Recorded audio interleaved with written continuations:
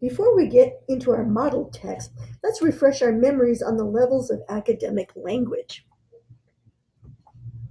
Text level concerns itself with the structure and cohesion, phrases that glue the structure together. The sentence and phrase level looks at syntax, clauses, words that glue the sentence to each other. The word level looks at specific words of the text type or content. Tier 2 and 3 words commonly found in certain genres. We call these language resources, and they are different in each discipline. Okay, now we will interact with two pieces of argumentative text. You will read the newspaper article and letter to the editor on pages 65 to 66 of your handbook. As you read, notice the arguments that the authors use to support their claims. Please pause the video while you complete the reading.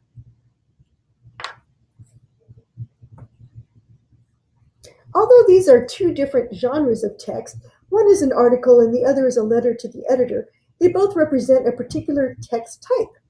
What text type do you think they are? The text type is argument. How do you know? There are several clues, but essentially they both have a claim and they both present evidence to support the claim. Why is it important for students to recognize the text type in order to make meaning? Take a moment to pause the video while you discuss your answers with a partner.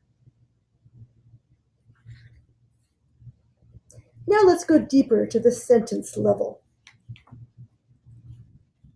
This sentence was pulled from the second text and appears in the second to last paragraph. Guiltless was the pet Katerina, who, uninfected and showing no signs of rabies, died of starvation when deserted by Clem after Poe's death. I will be asking a series of questions about this sentence. You may choose to pause the video between each question to discuss your answers.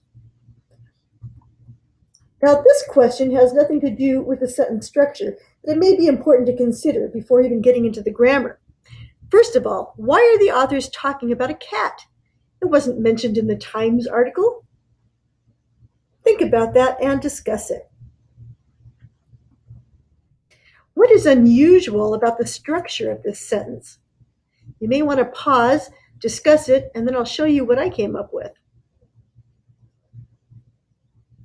Okay, first of all, we have an independent clause with a flipped subject and verb, so that may throw students off a little bit. It's worthwhile noting to them. Next, we have the subject of the following dependent clause, and we have an adjective phrase modifying who. The who died of starvation was the dependent clause, starting with who. And then we have when deserted by Clem after Poe's death, which is another dependent clause. And finally, we have three prepositional phrases. So as you can see, it's a very complex sentence. Why is it important for students to recognize how this sentence works? And how will you teach this to your students? Finally, we need to examine this text from a word level understanding.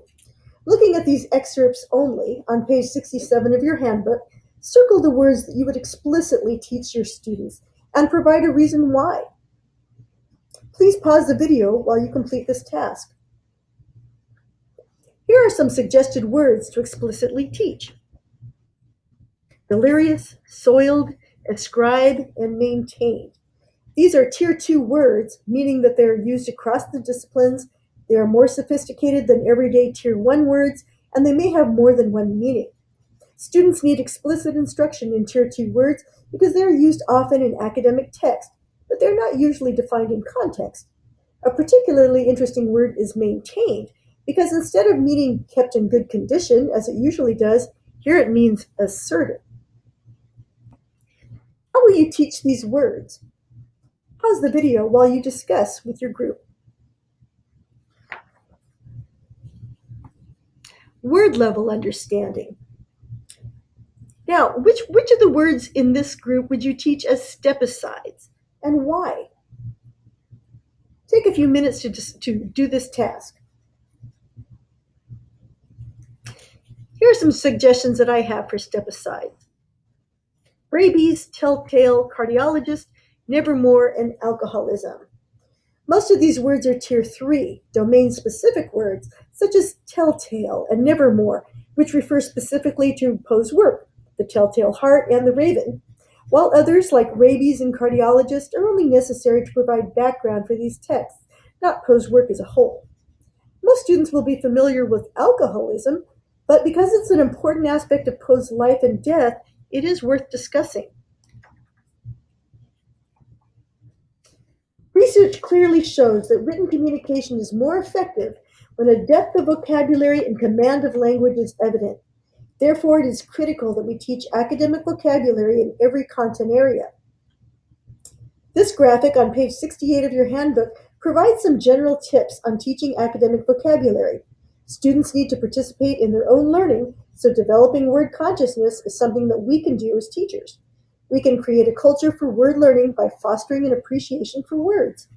We can also provide systematic instruction in words that focuses on a deep understanding of word knowledge.